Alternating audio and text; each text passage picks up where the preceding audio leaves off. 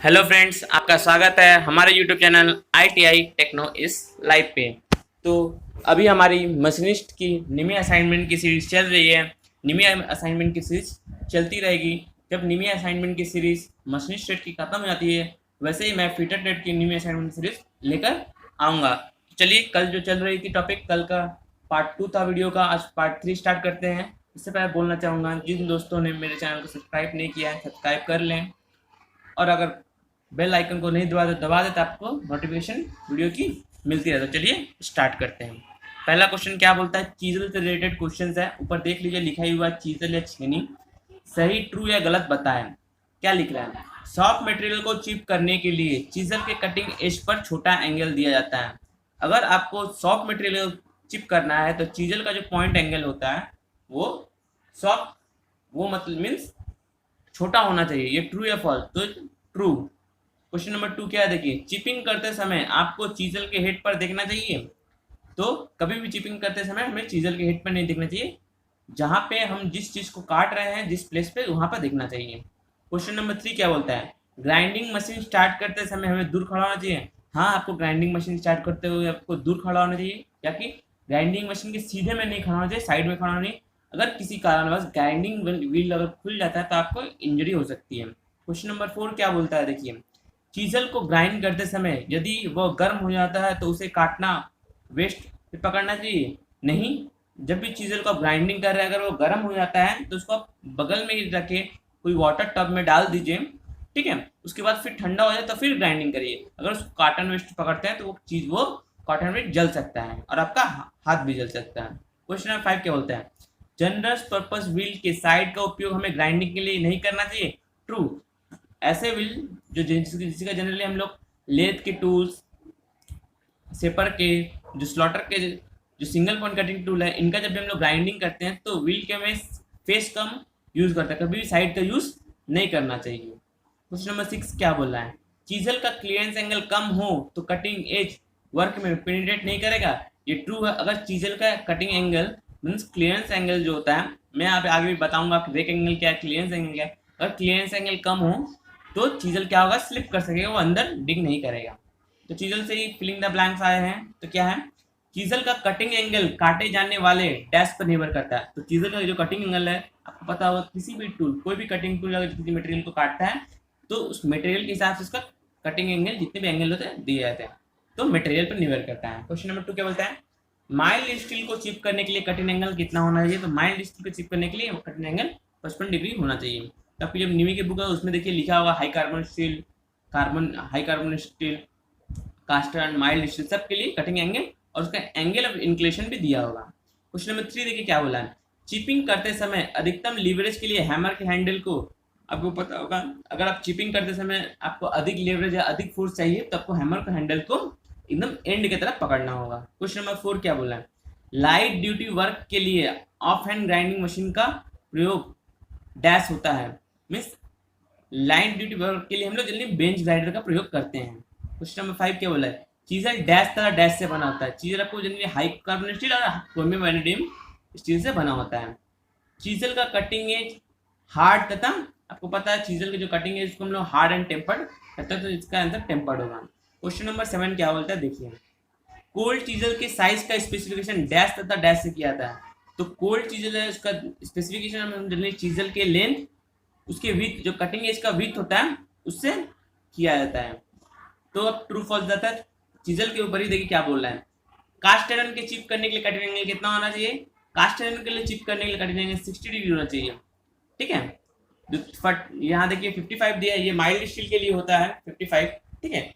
90 degree आपको पता है, 90 डिग्री किसी भी कटिंग मटेरियल के लिए 90 डिग्री नहीं होता है। क्वेश्चन डी जो है 37.5, ये आपका एंगल ऑफ इंक्लिनेशन है। अगर आप माइल्ड स्टील को कर रहे हैं तो एंगल ऑफ इंक्लिनेशन आपका 37.5 होना चाहिए। क्वेश्चन नंबर 2 देखिए क्या बोला है, चीजल मटेरियल में तब डिग करेगा जब, बोला चीजल मटेरियल में तब डिग करेगा मीन्स अंदर घुसेगा जब उसका हम लोग क्या करेंगे, झुकाव का कोण को अधिक करते हैं, मीन्स एंगल ऑफ इंक्लिनेशन को अधिक कर देंगे तो हमारा चीजल क्या होगा, डिग करेगा, मीन्स खुदाई करेगा अंदर की तरफ। क्वेश्चन नंबर 3 देखिए क्या बोला है, चीजल के कटिंग एज में कुछ उतरता दी जाती है। मीन्स चीजल का कटिंग एज को कुछ कॉन्केव साइड का कर दिया जाता है, ठीक है। जिससे क्या होता है, किनारे को डिगिंग से बचाने के लिए उनकी जो एज होते हैं, क्राउनिंग, जिसे हम लोग क्राउनिंग बोलते हैं, चीजल के एज में जनरली क्राउनिंग कर दिया जाता है, इससे वो जमीन पे मीन्स जिस मटेरियल पे काट पे उस पर डिग करने के बचाने, उस पर अंदर ना घुस जाए। क्वेश्चन नंबर 4 क्या बोल रहा है, देखिए चेन होल ड्रिलिंग तब की जाती है। आपको पता होगा चेन होल ड्रिलिंग, ये बहुत ही इंपॉर्टेंट क्वेश्चन है, ज्यादातर एग्जाम में आता है। चेन होल ड्रिलिंग तब की जाती है जब आपको किसी भी चीज पे, अगर आपको किसी प्लेट के मध्य में, मीन्स आपका एक प्लेट है, ये प्लेट है, इसमें ऐसे करके इस पार्ट को, जिस पार्ट को सेपरेट, इस पार्ट को काट के निकालना है, तो हैक्सो करना पॉसिबल नहीं है, तब हम इसमें चेन ड्रिलिंग करते हैं, फिर वेब चीजल की सहायता से इस पार्ट को काट के निकालते हैं, ठीक है, देन फाइलिंग करके इसको परफेक्टली फ्लैट करते हैं। तो चेन ड्रिलिंग तब की जाती है जब हैक्सो चलाना संभव ना हो। तो नीचे देखिए बहुत तरह के टाइप के चीजल दिए गए हैं, मेन चीजल्स का नाम बता देता हूँ, ठीक है। जो ए पे है उसका है डायमंड पॉइंट चीजल है, जो बी पे है वो आपका हाफ राउंड नोट चीजल है, सी पे है वो आपका फ्लैट चीजल है, डी पे जो है आपका क्रॉस कट चीजल है, और ई पे जो है आपका विप चीजल है, ठीक है। तो नीचे देखिए इनके क्या लिखे गए, चेन डीलिंग के बाद मेटल को इलेक्ट्रिक, देखिए 1 2 3 4 5 जो थे इनके मैंने नाम बता दिए हैं। तो 6 नंबर जो बोलता है चेन ड्रिलिंग के बाद मेटल को अलग करने के लिए किसका उपयोग किया था, तो मैंने पहले ही बताया वेब चीजल का उपयोग किया जाता है। क्वेश्चन नंबर 7 क्या देगा, कोने पर मटेरियल को समकोण करने के लिए बनाए गए उपयोगी, मीन्स अगर आपको कॉर्नर पे अगर दो मेटल के, मीन्स आप समझ लीजिए ऐसा एक मेटल है, इसके इस कॉर्नर पे आपको चीजलिंग करना है तो आपको डायमंड पॉइंट चीजल का यूज करते हैं। की वे काटने के लिए कौन सा चीजल का उपयोग किया था, तो क्रॉस कट चीजल का जो डी है उसका उपयोग किया जाता है। Cross cut chisel generally cape chisel भी बोलता है या काउमाउथ चीजल भी बोलते हैं। क्वेश्चन नंबर 9 क्या बोलता है, वेल्ड जॉइंट तथा कास्टिंग में अधिक मटेरियल को हटाने के लिए किसका प्रयोग किया था, जनरली फ्लैट चीजल का प्रयोग किया जाता है। क्वेश्चन नंबर 10 क्या बोल रहा है, ऑयल ग्रुव काटने के लिए, मीन्स किसी भी बियरिंग में अगर ऑयल ग्रुव काटना हो तो इसके लिए हम लोग जनरली हाफ राउंड नोच चीजल का प्रयोग करते हैं, तो इसके आंसर बी होगा। देखिए चीज, मैंने बोला चीजल का एंगल बताएंगे, तो देखिए चीजल का एंगल क्या है, ए को जहाँ पे आपको मार्किंग ए दिख रही है इसको हम लोग बोलते हैं रेक एंगल, ठीक है। मैं यहाँ पे पहले बोलते हैं इसको रेक एंगल बोलते हैं। जो ए है इस ए को हम लोग रेक एंगल बोलते हैं। तो रेक एंगल क्या है, रेक एंगल बोलता है कि चीजल के टॉप सरफेस पे, देख लीजिए चीजल के टॉप सरफेस पे 90 डिग्री के बीच का कोण जो हमारा चीजल का रेक एंगल होता है। चीजल के बॉटम सरफेस से जो मटेरियल काट रहे हैं उस सरफेस के बीच का कोण हमारा क्लियरेंस एंगल होता है, ठीक है। चीजल के सेंटर से, जो चीजल के सेंटर से, ठीक है, देखिए बी पे जो दिखा है सी आपका क्लियरेंस एंगल है, बी जो दिखा रहा है चीजल के सेंटर से मटेरियल के बीच का कोण एंगल ऑफ इंक्लिनेशन बोलते हैं, और जो डी है ये आपका फोर्ज एंगल है। तो देखिए सारे एंगल को यहाँ बतला गया गया, ठीक है। देखिए ड्रिलिंग का ट्रू और फॉल्स स्टार्ट होता है। तो ड्रिलिंग के ट्रू और फॉल्स में पहला क्वेश्चन क्या है, पंच मार्क को होल को केंद्र से सीधा मिलाते समय अलाइन ड्रिल वाइस को टेबल पर क्लैम्प नहीं करना चाहिए, ये ट्रू है। क्वेश्चन नंबर 2 क्या बोलता है, ड्रिलिंग करते समय फीड को रिवर्स या विपरीत दिशा में करने पर होल में से बाहर निकली हुई लंबी तथा लगातार चिप टूट जाती है। तो जब भी आपको पता होगा ड्रिल करते हैं तो हम थोड़ा अंदर जाते हैं, मीन्स थोड़ा क्लॉकवाइज अगर मूवमेंट करते हैं तो एक बार एंटी क्लॉकवाइज करते हैं, क्योंकि जब जो करली चिप्स निकलते हैं, ठीक है, तो वो टूटकर बाहर निकल जाते हैं। क्वेश्चन नंबर 3 क्या होता है, डबल कट फाइल तो सिंगल कट फाइल एक ही समान होता है, नहीं। डबल कट फाइल में आपको पता होगा जो दांत होती है वो 2 एंगल में कटी होती है और सिंगल में सिंगल कट में। क्वेश्चन नंबर 4 क्या बोल रहा है, ड्रिल स्लिप को ड्रिल सॉकेट भी कहते हैं, तो गलत है, ड्रिल सॉकेट अलग है, ड्रिल शेप अलग है। फिलिंग द ब्लैंक देखिए ड्रिल की, जब ड्रिल का टेपर सैंग स्पिंडल के बोर्ड से बड़ा हो, मीन्स ड्रिल का जो टेपर है सैंग के बोर्ड से बड़ा हो तो हम लोग ड्रिल सॉकेट का उपयोग करेंगे। तो स्लिप का उपयोग कम करेंगे, सॉकेट का उपयोग कम करेंगे। तो सुन लीजिए, अगर आपका जो ड्रिल हो उसका स्लिप मीन्स सैंग जो हो वो बड़ा हो और ड्रिल मशीन का जो स्पिंडल हो वो छोटा हो तो हम लोग सॉकेट का यूज करेंगे। अगर आपका ड्रिल का सैंग छोटा हो और ड्रिल मशीन का सैंग जो स्पिंडल है वो बड़ा हो तो हम लोग स्लिप का प्रयोग करेंगे। और याद रखिएगा 12 mm से जितने भी नीचे के ड्रिल हो उसके लिए हम लोग ड्रिल चक का प्रयोग करते हैं। तो 2 नंबर वही बोलता है 12 mm के कम व्यास वाले स्टैंडर्ड सैंग ड्रिल को होल्ड करने के लिए डैश का प्रयोग किया था ड्रिल चक का। ड्रिल चक की कैपेसिटी विशिष्टीकरण उसके द्वारा पकड़े जाने वाले ड्रिल डैश द्वारा किया जाता है। ड्रिल चक है उसको स्पेसिफाई करते हैं मैक्सिमम डायमीटर ऑफ ड्रिल जो वो पकड़ सकता है। ड्रिल डिप पर डैश डिग्री का कोण होता है, तो ड्रिल डिप पे 10 डिग्री से लेकर 15 डिग्री का कोण होता है। ड्रिल डिप का यूज तब किया जाता है जब आपको ड्रिल को मशीन के स्पिंडल से निकालना हो, तो ड्रिल डिप का प्रयोग किया जाता है। क्वेश्चन नंबर 1 देखिए, एमसीक्यू आ गया ड्रिलिंग से। ड्रिलिंग मशीन पर ड्रिल के बॉबलिंग का कारण कौन सा नहीं है? मीन्स आपका ड्रिल जो है वो सेंटर पे नहीं घूम रहा है, मीन्स ड्रिल एक एक्सिस पे ना घूम के रोटेट कर रहा है। तो ऑप्शन ए क्या है, स्पिंडल केंद्र से बाहर होना। ऑप्शन बी बोला कौन सा नहीं है, अगर स्पिंडल केंद्र से बाहर होगा, अगर स्पिंडल ठीक ना हो, स्पिंडल को डैमेज हो, तो ड्रिल जो होता है वो वॉबलिंग करती है। ऑप्शन बी क्या है, स्पिंडल का बोर के खांचा बना नेक या खांचा बना होता है, मीन स्पिंडल के बोर में एक खाना जिसमें ड्रिल का टैंक उस जगह फिक्स होता है। ऑप्शन सी ड्रिल तिरछा होना, ठीक है। ऑप्शन डी ड्रिल पर धार ना होना, तो ऑप्शन डी जो है ड्रिल का धार होने से कोई भी वॉबलिंग से भी कुछ चीज नहीं आती है। क्वेश्चन नंबर 2 क्या बोलता है, ड्रिल पे बने मोस्ट टेपर का रेंज निम्न का मध्य होता है। ड्रिल पे बने मोस्ट टेपर का रेंज MT1 से MT5 के बीच में होता है। ये बहुत इंपॉर्टेंट क्वेश्चन है। क्वेश्चन नंबर 3 देखिए क्या था, ड्रिप का उपयोग निम्नलिखित से के लिए किया था। आपको पता, मैंने बताया कि ड्रिप का उपयोग जनरली ड्रिल को निकालने के लिए किया होता है। स्पिंडल से वही देखिए लिखा हुआ है, मशीन स्पिंडल ड्रिल को निकालने के लिए, ठीक है। नीचे एक पिक्चर दी गई है, इसमें किस पार्ट पे कौन सा फाइल का यूज है, तो आपको नाम लिखना है। जैसे 1 पे देख लीजिए एंगल बहुत ही कम है, तो इस पे नाइफ एज फाइल का यूज हुआ है।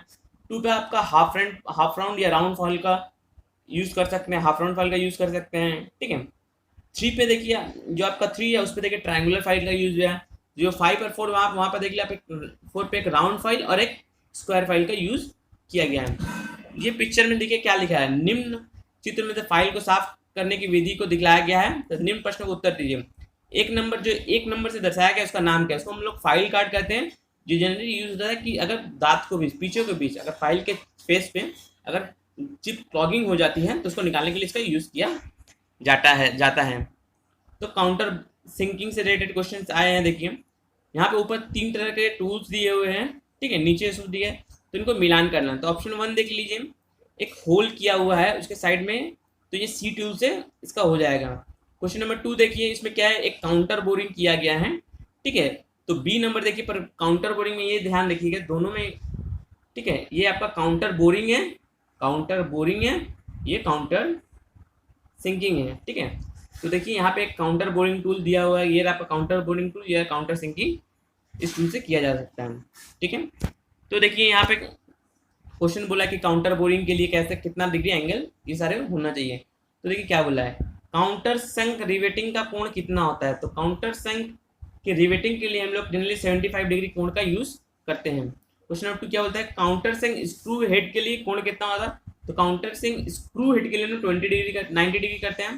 क्वेश्चन नंबर 3 क्या बोल रहा है, काउंटर संक सेल्फ टैपिंग स्क्रू के लिए कितना डिग्री होता है। काउंटर संक सेल्फ टैपिंग स्क्रू के लिए हम जनरली 80 डिग्री करते हैं।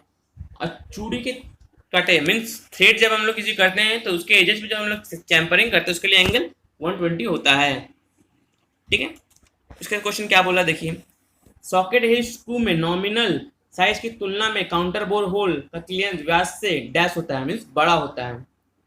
उसके नीचे देखिए क्या बोला, MCQs है, counter sinking and counter boring के लिए रिकमेंडेड कटिंग स्पीड क्या होती है। काउंटर सिंकिंग अगर आपको काउंटर सिंकिंग में ऑपरेशन करनी है, काउंटर बोरिंग में ऑपरेशन करनी है, इसलिए आपकी कटिंग स्पीड क्या होगी, जो ड्रिल की स्पीड होगी उसकी 1/3 होती है। तो नीचे देखिए क्लैंप के नाम, इन क्लैंप के नाम आपको बताया गया है। जो ए पे है उसको फिंगर क्लैंप बोलते हैं, बी पे जो क्लैंप है उसको गोस नेक क्लैंप बोलते हैं, सी पे हम लोग यू स्ट्रैप क्लैंप बोलते हैं, डी को स्ट्रेट क्लैंप बोलते हैं, ई को बेंड क्लैंप बोलते हैं, ठीक है। उसके नीचे देखिए क्या दिखाया गया है, चित्र में दर्शाया गया ड्रिलिंग सेटअप को एरो मार्कर द्वारा दिए गए हैं, एक्सेसरीज के नाम बताइए। जो ये पिक्चर पे इस पे जितने भी एक्सेसरीज हैं उनका नाम पूछे जा रहे हैं।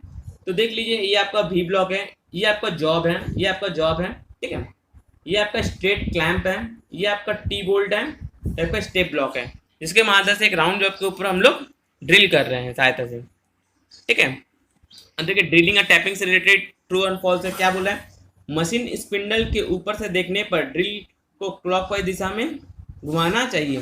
सही बात है, अगर मशीन स्पिंडल हम लोग ऊपर से देखते हैं तो ड्रिल को हमेशा क्लॉकवाइज डायरेक्शन में घुमाना चाहिए, ना कि एंटी क्लॉकवाइज डायरेक्शन में। तो क्वेश्चन नंबर 2 क्या बोल रहा है, ड्रिल ग्राइंडिंग गेज का उपयोग ड्रिल के क्लियरेंस कोण को चेक करने के लिए किया जाता है।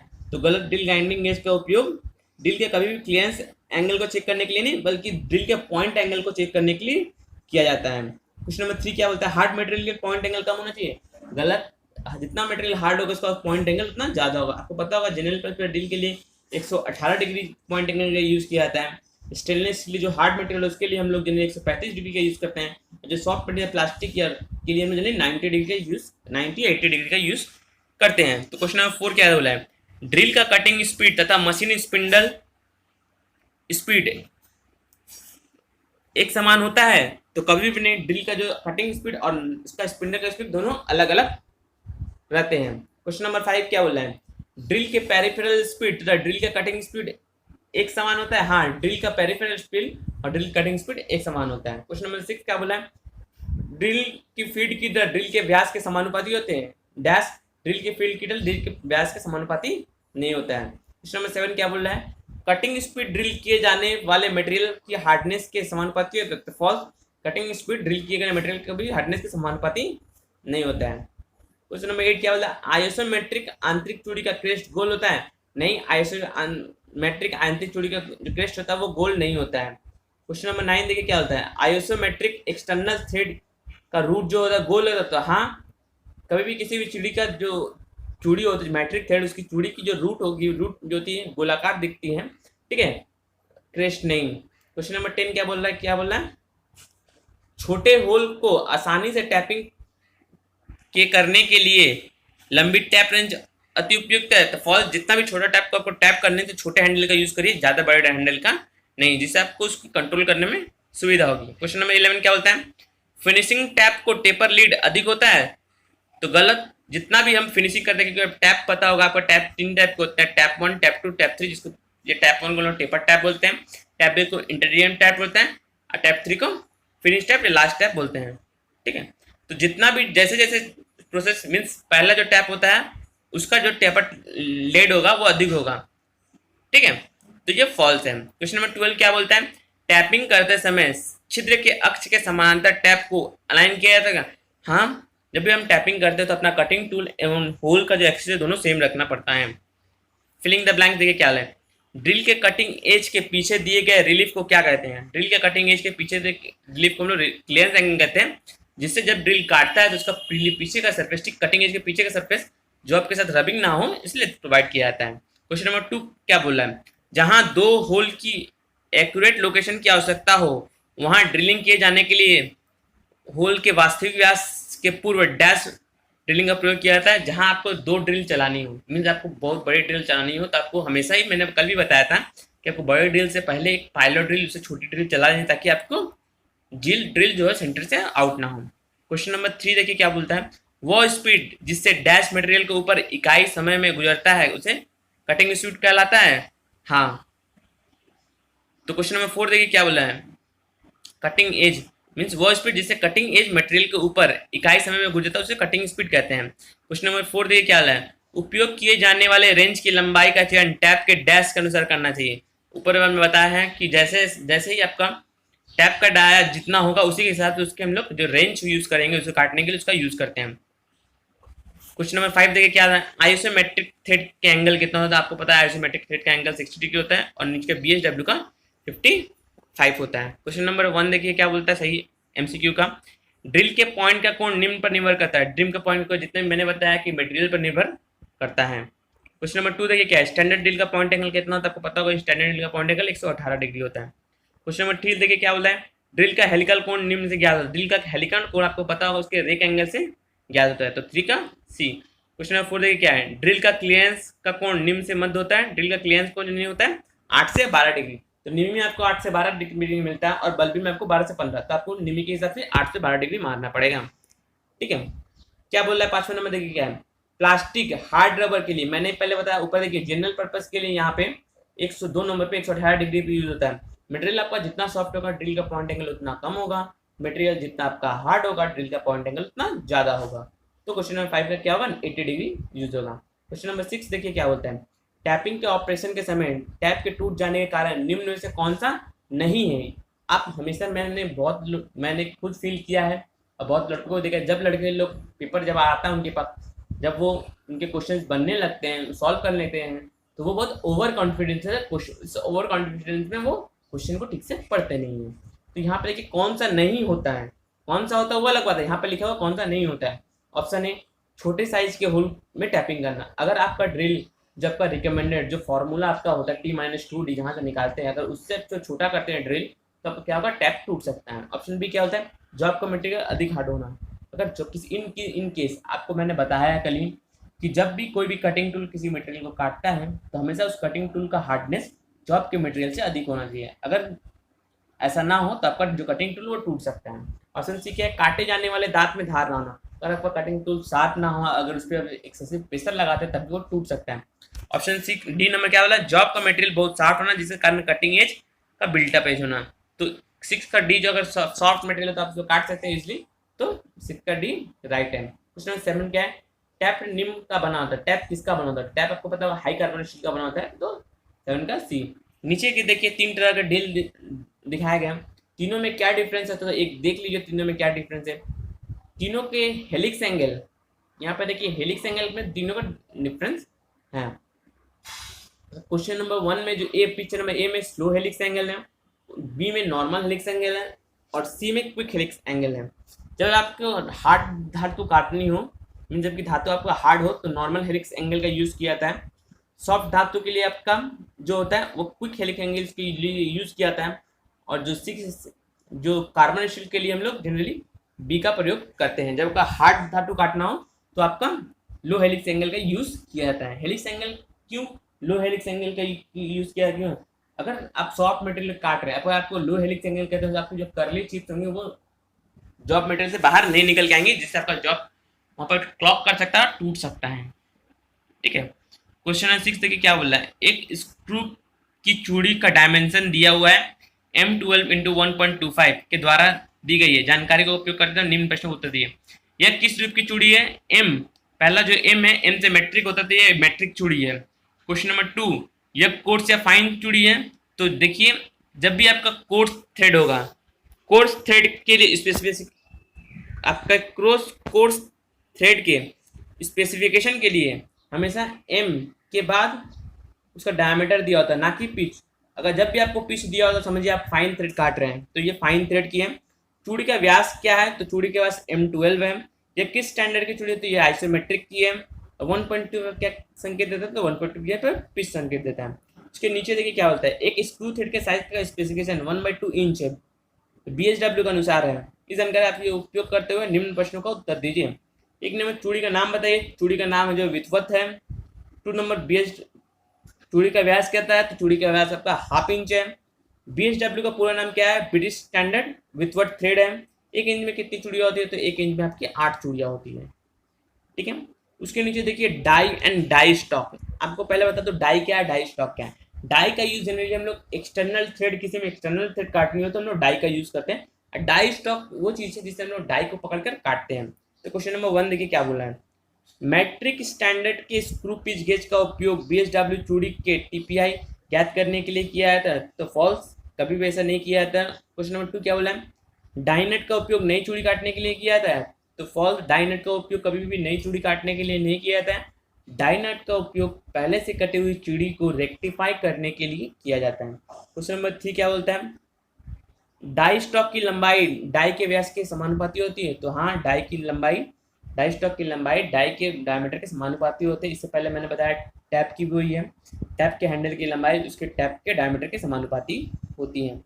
फिलिंग द ब्लैंक्स क्या बोलता है, डाई द्वारा चूड़ी काटने के बाद स्क्रू थ्रेड के फिट को डैश द्वारा चेक किया है, तो मैचिंग नट द्वारा अगर हमने काटी है, अगर एक सैफ्ट के ऊपर हमने चूड़ी काटी है तो वो ठीक ठाक कटी है कि नहीं, उसका हम चेक करने के लिए उसी के साइज का एक नट का यूज़ करते हैं और नट को लगा कर देखते हैं कि वो ठीक ठाक मूव कर रहा है कि नहीं। क्वेश्चन नंबर 2 देखिए क्या बोला है, डाई थ्रेडिंग को सर्कुलर डाई के डैश से प्रारंभ किया जाना चाहिए, तो डाई थ्रेडिंग को सबसे उसके लीडिंग साइड से प्रारंभ किया जाना चाहिए। क्वेश्चन नंबर संक्षिप्त उत्तर दीजिए, तो क्या बोल रहा है देखिए क्या, हैंड डाई के द्वारा चूड़ी काटते समय अंडरकट तथा चूड़ी की गहराई सही होने के बाद भी मैचिंग नट बोल्ट शोल्डर में नहीं, चलिए छोड़िए इसके क्वेश्चन में मैं पीछे बता देता हूँ। 2 नंबर देखिए क्या है, स्क्रू पिच गेज के 2 उद्देश्य बचाइए। जो आपका स्क्रू पिच गेज का 2 उद्देश्य है, जो आपने थ्रेड काटा है उसकी प्रोफाइल चेक करने के लिए कि ठीक ठाक है कि नहीं, और इसकी पिच कितनी है उसको चेक करने के लिए किया जाता है, कि मैंने बगल में लिख दी है। सर्कुलर स्लीवर ड्राई के द्वारा राउंड बार पर M16x2 की चूड़ी काटने के लिए ब्लेड ब्लैंक साइज क्या होगा। मैं डाई का फॉर्मूला आपको बता देता हूँ। डाई का फॉर्मूला जो होता है वो blank size minus pitch into 0.1 होता है। तो ब्लैंक साइज आपका 16 दिया हुआ है, माइनस पिच 2 है, 0.1 करिएगा तो 0.2 आपका आएगा। 0.2 16 से 0.2 माइनस करिएगा तो आपका 15.8 आएगा। ठीक है, उसके नीचे ट्रू फॉल्स देखिए क्या है। हेलिकल फ्लूट वाले हैंड ड्रीमर में राइट हैंड हेलिकल होता है, नहीं। हेलिकल फ्लूट वाले हैंड ड्रीमर में लेफ्ट हैंड हेलिकल होता है। डैश पुल डाउन इफेक्ट को समाप्त करने के लिए हेलिकल फ्लूट वाले हैंड ड्रीमर का प्रयोग किया जाता है। तो लेफ्ट पुल डाउन इफेक्ट को समाप्त करने के लिए लोग लेफ्ट हैंड ड्रीमर का प्रयोग करते हैं। देखिए नीचे दिए वर्नियर कैलिपर का लिस्ट काउंट ज्ञात करना है। ठीक है, तो लिस्ट काउंट हम लोग कैसे निकालते हैं। तो लिस्ट काउंट निकालने के लिए हम लोग क्या करते हैं, 1 माइनस वर्नियर साइज 20 करेंगे तो आपका कुछ 1/20 आएगा। तो 1/20 इसको डिवाइड करेंगे तो आपका 0.05 आ जाएगा। नीचे चित्र में दर्शाया गया वर्नियर कैलिपर का पाठ्यांक क्या होगा। तो चित्र में देखिए पाठ्यांक आप देख लीजिए। ठीक है, इसका पाठ्यांक क्या होगा 15, क्या होगा 15.20 mm होगा। रीमर का उपयोग निम्न से किया जाता है। रीमर का उपयोग किस लिए किया जाता है, पहले जो ड्रिल है ड्रिल को फिनिश करने के लिए रीमर का उपयोग किया जाता है। क्वेश्चन नंबर 4 क्या बोला है, रीमर की दांतें असमान दूरी पर होती है क्योंकि रीमर की मीन जो उसके टिप होते हैं उन दोनों एक टिप से दूसरे टिप का जो गैप होता है वो नॉर्मल नहीं होता है, एबनॉर्मल मीन्स दोनों समान नहीं होता है।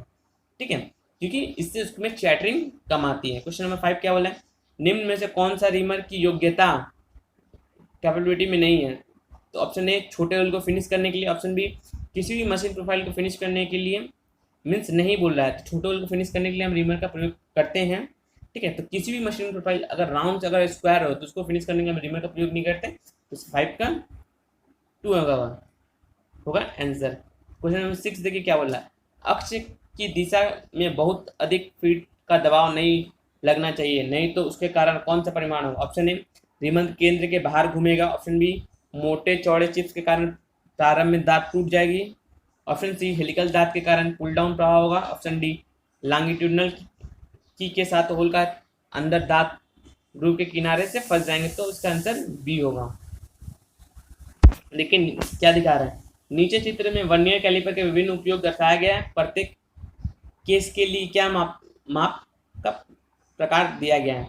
देखिए ऑप्शन नंबर ए में हम लोग इनसाइड डायमीटर मेजर कर रहे हैं। ऑप्शन नंबर बी में हम लोग डेप्थ मेजर कर रहे हैं, ठीक है, डेप्थ बार का यूज कर रहे हैं। ऑप्शन नंबर सी में हम लोग आउटसाइड डायमीटर यूज कर रहे हैं। ठीक है, निम्न चित्र में 2 प्रकार का रिमर दर्शाया है, उनका नाम लिखिए। तो ऑप्शन ए में देख रहे हैं आपके हैंड रिमर और मशीन रिमर में यही डिफरेंस है। देखिए इसमें हैंड रिमर में ये स्क्वायर सैंक और इसमें टेपर सैंक है। ठीक है, ये टेपर सैंक इसलिए है ताकि आपको जाकर मशीन स्पिंडल में फिक्स हो रहा है। हैंड रिमर इसलिए कि आपको हैंडल में यूज करना है। क्वेश्चन नंबर 3 नंबर देखिए, विभिन्न प्रकार के फ्लूट वाले 2 रिमर चित्र में दर्शाया गया फ्लूट के प्रकार बताइए। यहाँ पे फ्लूट देख लिए, एक का हेलिकल फ्लूट है विथ राइट हैंड है और एक का लेफ्ट हैंड है, स्ट्रेट फ्लूट है। ठीक है, 4 नंबर देखिए क्या है, प्रश्न क्रमांक 3 में दर्शाया गया 2 प्रकार में से नीचे दर्शाए गए कंपोनेंट को होल को फिनिश करने के लिए कौन सा उचित होगा। हेलिकल जब भी किसी भी होल में अगर कीवे हो तो इसको फिनिशिंग करने के लिए हम लोग हेलिकल फ्लूटेड रिमर का यूज करते हैं। देखिए लास्ट में क्या है, एक वर्नियर कैलिपर दिखाया गया, तो इसमें डिफरेंट पार्ट्स हैं, उनके नाम बताने हैं आपको। चलिए मैं इनके नाम बताता हूँ आपको क्या क्या है। ठीक है, तो ये आपका ये है वर्नियर कैलिपर, ये आपका मेन स्केल है। ठीक है, इसको बोलते हैं हम लोग मेन स्केल। ठीक है, जो डी दिखा रहा है ये आपका वर्नियर स्केल है। ई आपका जो है डेप्थ बार है। बी आपका जो है वो फिक्स टेल है और सी आपका मूविंग स्केल है। तो देखिए यहाँ पे नीचे सब वही दिखा है, movable jaw, vernier scale, beam scale, depth bar और फिक्स जॉ। ठीक है, तो मेन स्केल को हम लोग बीम स्केल ही बोलते हैं। तो इसके साथ ही आज का जो चैप्टर बेसिक फिटिंग के 3 पार्ट आज कंप्लीट होते हैं। कल मैं फोर्जिंग और हीट ट्रीटमेंट के क्वेश्चन लेकर आऊँगा, निमी पैटर्न की, मशीनिस्ट ट्रेड की।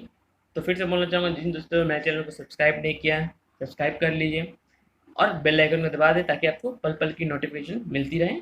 और अच्छे से प्रिपरेशन करिए। Best of luck for your future. Thank you दोस्तों।